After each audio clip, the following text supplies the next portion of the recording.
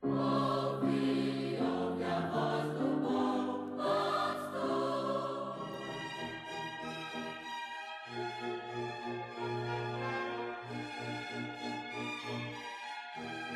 Saudamos a todos nossos amados e preciosos ouvintes, no nome de nosso Senhor Jesus Cristo. Estamos uma vez mais chegando no seu lar com o programa A Voz do Pastor e cremos que Deus verdadeiramente irá vos abençoar enquanto estaremos falando daquilo que é mais precioso, que é a palavra de Deus. E a Bíblia nos mostra que a fé vem pelo ouvir e ouvir a palavra de Deus. Que você possa ouvir a palavra de Deus e esta palavra penetrar no seu coração e produzir fé de arrebatamento, fé em Jesus, fé inabalável que pode suportar todas as tribulações e ainda assim se manter de pé diante de Deus e esperando o grande dia, o dia do arrebatamento. Que Deus os abençoe. Para nós é um privilégio, é um prazer estarmos chegando mais uma vez ao seu lar para vos anunciar a palavra de Deus. Nessa oportunidade nós estaremos lendo as Escrituras no livro de São Lucas, capítulo 2, versículo 1 até o versículo 7. Mas antes de nós lermos a Escritura, enquanto os ouvintes podem procurar a Escritura desejando acompanhar, nós vamos ouvir o hino Eram 100 Ovelhas. Eram 100 ovelhas juntas no aprisco. Eram 100 ovelhas que a amante cuidou. Porém, numa tarde, ao contá-las todas,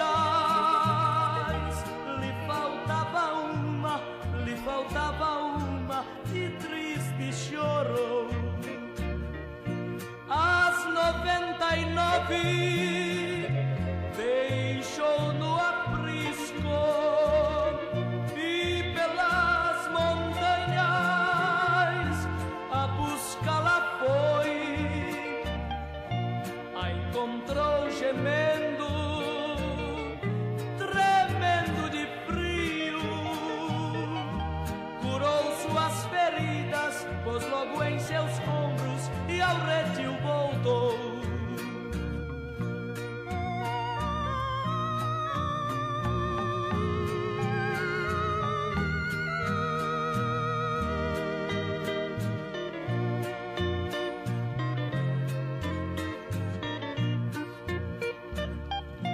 Esta mesma história volta a repetir-se, pois muitas ovelhas perdidas estão, mas ainda hoje o pastor amado chora tuas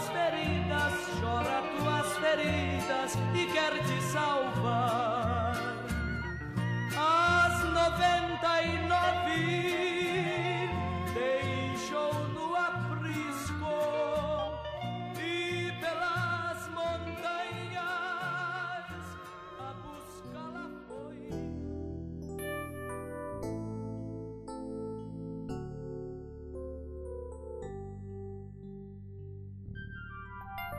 São Lucas capítulo 2, versículo 1 a seguir nos diz: E aconteceu naqueles dias que saiu um decreto da parte de César Augusto para que todo o mundo se alistasse. Este primeiro alistamento foi feito sendo Cirene o presidente da Síria. E todos iam alistar-se, cada um à sua própria cidade, e subiu também José da Galileia, da cidade de Nazaré, a Judéia, a cidade de Davi, chamada Belém, porque era da casa e da família de Davi, a fim de alistar-se com Maria, sua mulher, que estava grávida. E aconteceu que, estando eles ali, se cumpriu os dias em que ela havia de dar à luz. E deu à luz a seu filho primogênito, e envolveu-o em panos, e deitou-o numa manjedoura, porque não havia lugar para eles na estalagem. Que Deus abençoe e acrescente sua unção, a palavra que foi lida nesta oportunidade. Eu quero que os ouvintes prestem atenção nessa última parte do versículo 7, aonde diz: porque não havia lugar para eles na estalagem. Eu desejo dar um título à nossa mensagem, e o título é: não havendo lugar para ele na estalagem. Ouvintes, essa escritura que nós lemos é uma escritura muito conhecida de todos, de todo cristão, e aqui relata o nascimento de Jesus e a luta e o esforço de José e Maria. Primeiramente, nós sabemos que havia uma promessa, que uma virgem conceberia e daria à luz a um filho.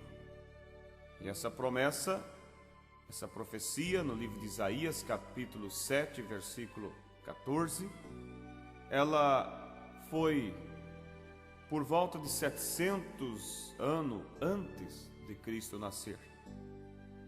E quando a profecia estava para se cumprir, então o anjo apareceu para Maria e disse que ela conceberia e daria à luz a um filho.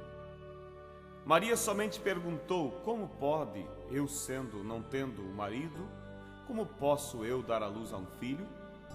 O anjo disse: não temas, Maria, porque o Espírito Santo fará sombra sobre você, e o que em você será gerado será do Espírito Santo. Quando o anjo falou essas palavras para Maria, Maria não disse: senta aí, anjo, agora você vai ter que me responder algumas perguntas aqui. Como vai ser isso? Como vai ser isso? Como vai ser aquilo? E eu, sendo uma moça, o que vão dizer de mim? Como eu vou agir?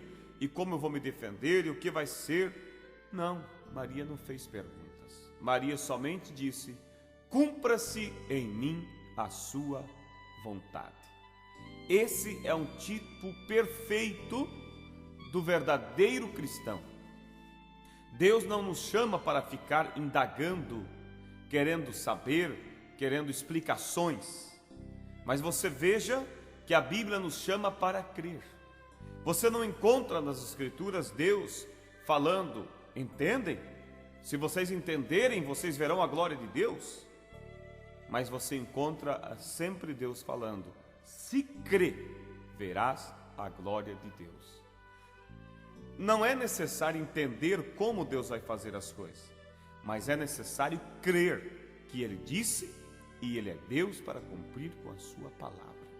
É necessário, ouvinte, que você tome a palavra de Deus entre a vida e a morte. Por isso nós temos programa após programa vindo e falado aos ouvintes: olhe para a palavra, porque somente na palavra existe a segurança para nossas almas. Você tem que descansar naquilo que está escrito, mesmo que às vezes a tua mente intelectual não consiga compreender certas coisas, mas está escrito, então amém por isso.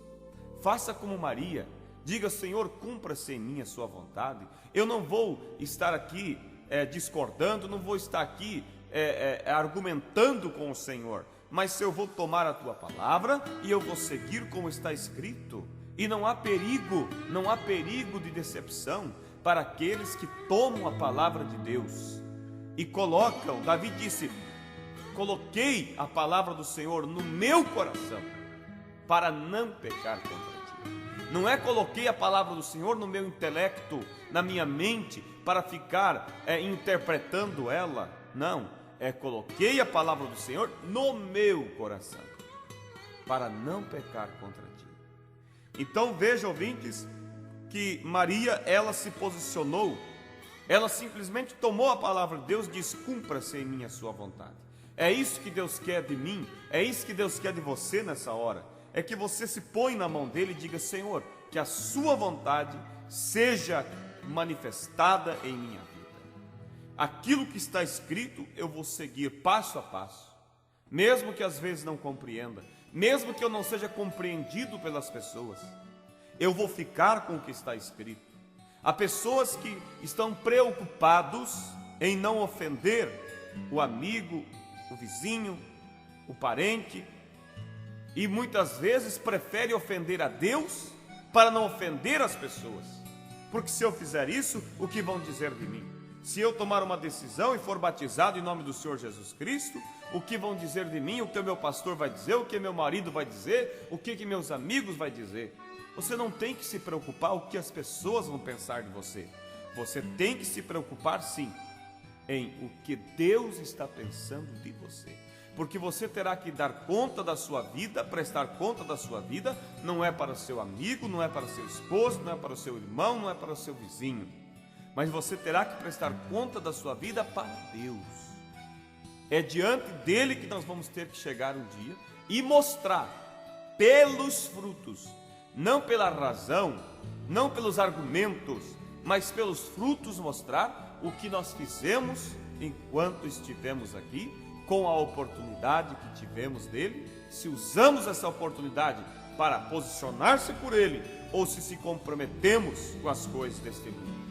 Então veja, ouvintes, Maria, ela tomou a palavra do Senhor, e o Espírito Santo veio, fez sombra sobre ela. O Espírito Santo criou, lá no ventre de Maria, o óvulo já fecundado, e ali começou a gerar-se uma criança. Quem era essa criança? Era um corpo que Deus estava criando. Era um corpo que Deus estava criando para Ele mesmo habitar. Uma casa, porque a Bíblia diz que no princípio Deus era Espírito. Esse Espírito teria que se fazer carne para morrer por mim, morrer por você. Veja em São João capítulo 1, diz: no princípio era o Verbo, e o Verbo estava com Deus, e o Verbo era Deus, e o Verbo se fez carne e habitou entre nós. São João 1, verso 1, depois São João 1, verso 14. O Verbo, quer dizer, a palavra Deus se fez carne. Então Jesus, há muitas crenças por aí que dizem que Jesus é uma segunda pessoa, um segundo Deus. Nós temos que compreender que Jesus era o próprio Deus na forma humana. Porque alguém diz, mas como que ele era chamado de filho? Pois é claro, pois se o Espírito Santo o gerou, o Espírito Santo é pai. E se ele foi gerado, ele é filho. Mas quem é filho? Aquele corpo. Mas eu pergunto, um corpo sem o Espírito pode viver? Não.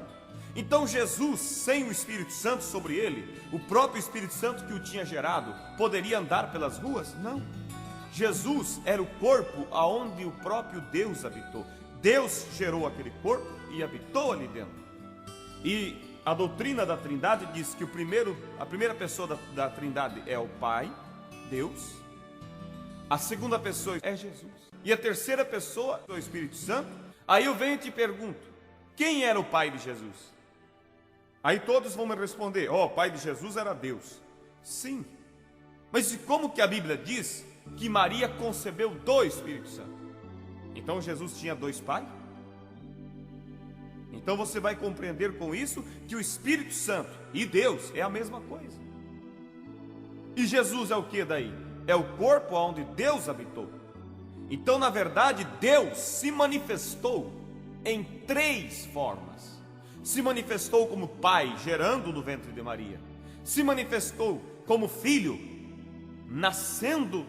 E hoje ele se manifesta como Espírito Santo na igreja. Mas é o único Deus. Em Apocalipse capítulo 4, quando João viu o céu, o que ele disse? E eu vi o céu aberto, e um trono, e um assentado no trono. Ele não viu três no trono, não viu dois, mas viu um. Jesus, quando apareceu para João, ali na ilha de Pátimos, Apocalipse capítulo 1, se não me falha a memória, versículo 17, 18, ele disse: não temas, João, eu sou o princípio, eu sou o primeiro e o último. Pode haver dois primeiros e dois últimos? Não. E lá no livro de Isaías, Jeová disse que ele era o primeiro e o último. E agora Jesus vem e diz que ele, lá em Isaías 44, verso 6, Jeová disse: eu sou o primeiro e o último. Agora aqui em Apocalipse capítulo 1, 17, João disse: eu quando o vi caí aos seus pés como morto, e ele pôs sobre mim a sua destra, dizendo: não temas, eu sou o primeiro e o último. Então quer dizer que Jesus era o próprio Deus feito carne. E em São João 14, quando Felipe disse: Senhor, mostra-nos o Pai. Jesus disse: estou há tanto tempo convosco e não me tendes conhecido, Filipe? Quem vê a mim vê o Pai. Como dizes tu, mostra-nos o Pai?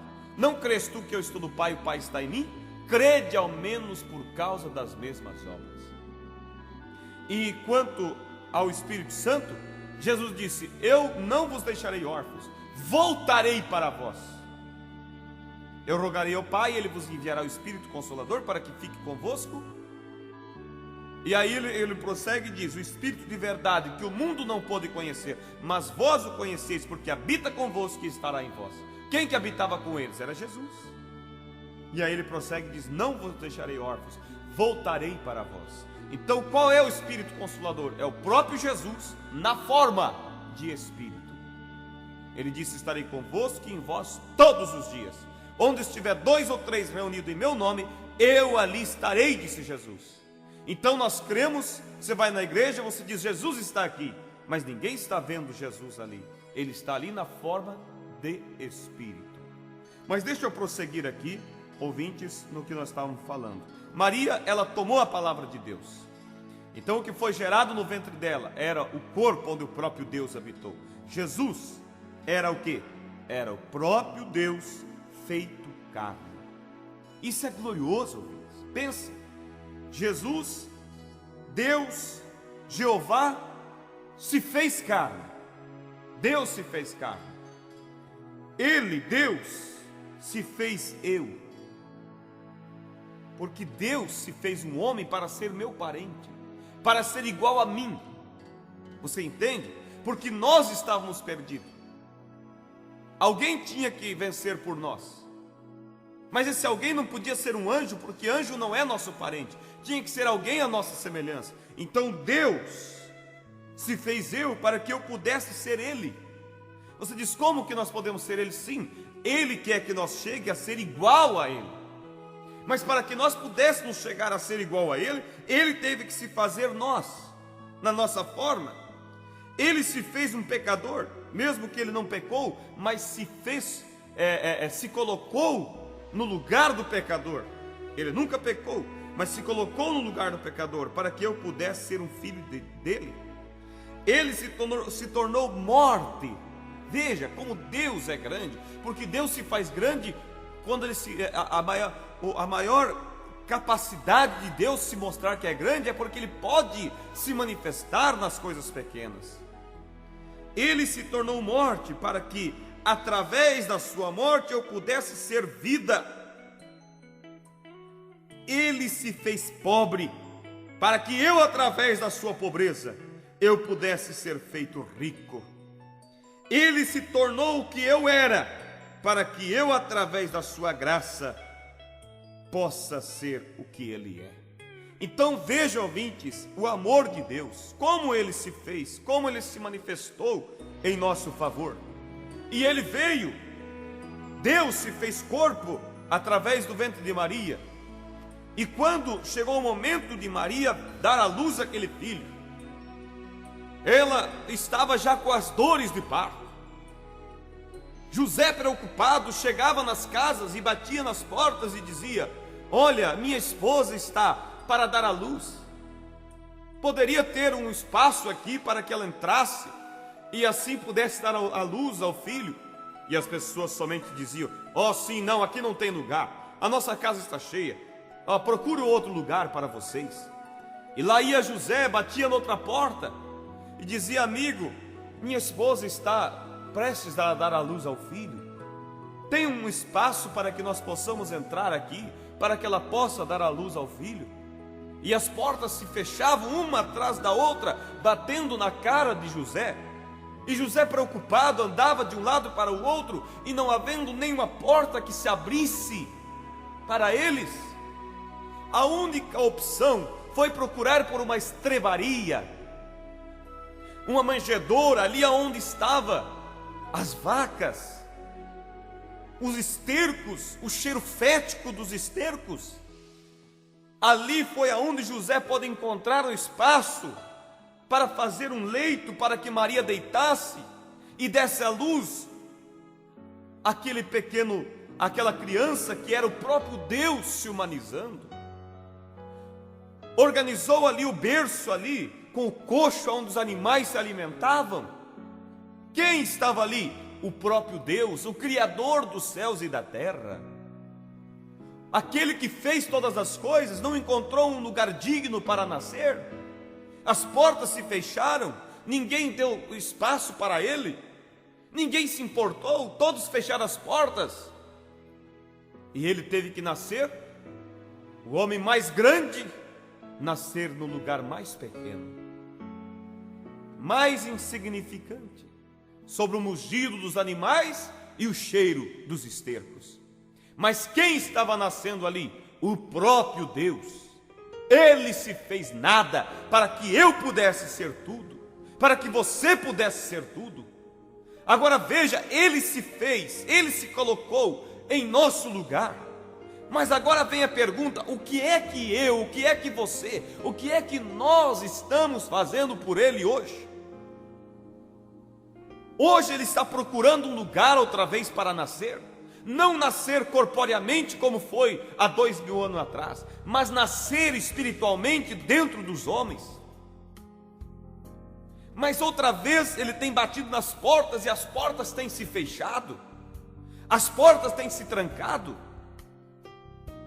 Hoje, exatamente hoje, em um tempo que mais se tem igrejas, são milhares e milhares de igrejas, e é o tempo que menos se tem dado lugar para Deus. É o tempo que mais existe Bíblia e o tempo que as pessoas estão mais afastadas de Deus. Parece uma contradição, mas é uma realidade, porque o diabo, na sua estratégia, usou a própria religião para afastar as pessoas de Deus. Foi desta mesma forma que ele enganou a Eva. Ele chegou falando das coisas de Deus para torcer uma parte da palavra de Deus e assim enganou a Eva. E hoje, da mesma maneira, e as pessoas têm fechado a porta do seu coração. As pessoas têm tempo para tudo, têm tempo para as festas, têm tempo para o trabalho, têm tempo para correr de um lado para o outro, para passear, mas não tem tempo para Deus. Jesus disse: eis que estou à porta e bato. Se alguém abrir a porta, eu entrarei e cearei com ele e ele comigo. É essa a condição da era de Laodiceia, a última era. É exatamente esta a condição da era de Laodiceia. Eles têm colocado Jesus para fora. E Jesus disse que os laodiceianos, o qual é a era que nós estamos vivendo, eles dizem: eu sou rico, abastado e de nada tenho falta. E disse Jesus: e não sabem que são miseráveis, desgraçados, pobres, cego e nu. Pode alguém estar nu, pobre, cego e não saber disso? No físico é impossível a pessoa estar nu e não saber, mas espiritualmente é a condição que o povo de hoje em dia estão.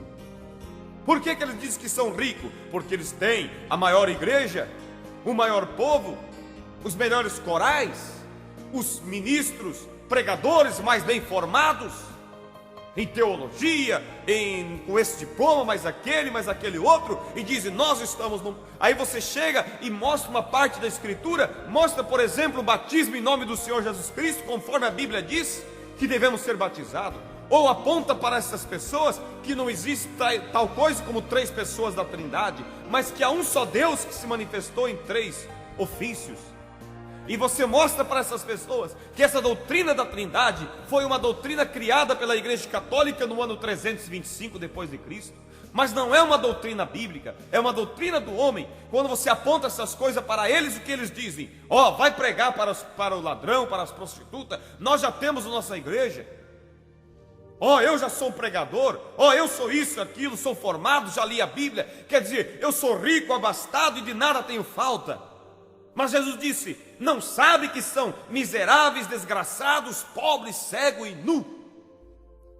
E tem fechado a porta para Cristo. Assim como não houve lugar na estalagem, não houve lugar nas casas para que o próprio Deus nascesse naqueles dias. Hoje, da mesma forma, as pessoas têm fechado seus corações, tem dado lugar para a religião em vez de dar lugar para a pura e cristalina palavra de Deus. E Deus disse: uma coisa eu tenho contra vós, que deixaste a mim um manancial de águas vivas e cavaste para vós cisternas rotas. Quem é o manancial de água viva? É Cristo. A palavra é esse manancial. Mas eles têm deixado o manancial, têm deixado a palavra e têm cavado para si cisternas, quer dizer, poços podres. O que é uma cisterna? É um tanque que se cava para guardar a água da chuva. E a água da chuva faz o quê? Ela choca, ela apodrece, ela cria vermes, ela cria girinos. Assim é o sistema denominacional hoje. Eles fizeram essas cisternas, tem apodrecido ali o sistema do homem, a interpretação, e a palavra de Deus tem sido rejeitada, tem sido deixada de lado. Ao invés de tomarem a palavra de Deus, eles têm tomado para si as suas interpretações, e não tem havido lugar para ele na estalagem. E o profeta desta era disse: eu acuso essa geração pela segunda crucificação de Jesus Cristo. E ele disse: é dos púlpitos aonde ele leva as piores lancetadas. Porque a primeira crucificação ele foi ferido na carne, mas a segunda crucificação agora ele é ferido em sua alma, ele é ferido no seu interior, porque ele é ferido através da palavra sendo ferida, é Deus sendo ferido. Eles têm pisado no Espírito Santo, eles têm ferido o Espírito Santo, porque eles têm ido contra a palavra de Deus. Mas eu pergunto a você nesse momento: tem você lugar na estalagem para ele? Tem você o coração aberto para dizer: Senhor, entra, fique à vontade, possa o Senhor formar em mim o caráter cristão? Como Maria disse: cumpra-se em mim a sua vontade. Pode você dizer: Senhor, cumpra-se em mim a sua vontade, que a sua palavra resplandeça dentro de mim. Eu vou deixar de lado todos os meus pensamentos, todas as minhas interpretações, todos os meus arrazoamentos, tudo aquilo que eu penso que é, e vou tomar aquilo que diz as Escrituras, mesmo que seja contrário à religião a qual eu pertenço. Quer você nesse momento dobrar o seu joelho e dizer: Senhor, eu estou aqui, eu me rendo diante de Ti. Eu não quero que o Senhor venha a bater na minha porta e ela se mantenha fechada para Ti, como naqueles dias eles fecharam a porta para o Senhor. Tem você um lugar digno para Deus entrar e cear contigo? Eis que estou à porta e bato. Se alguém entrar, se alguém abrir a porta, eu entrarei e cearei com ele e ele comigo. Que Deus vos abençoe, ouvintes, que você possa meditar nessas palavras. Deus tem enviado uma mensagem, a qual tem esclarecido a verdade para nós, e essa mensagem veio para preparar a noiva para o arrebatamento. Uma mensagem com toda a palavra, porque somente a palavra na íntegra, toda ela pode nos preparar, nos vestir para o arrebatamento. Que Deus te ajude, que você possa tomar essa palavra e vestir-se com ela.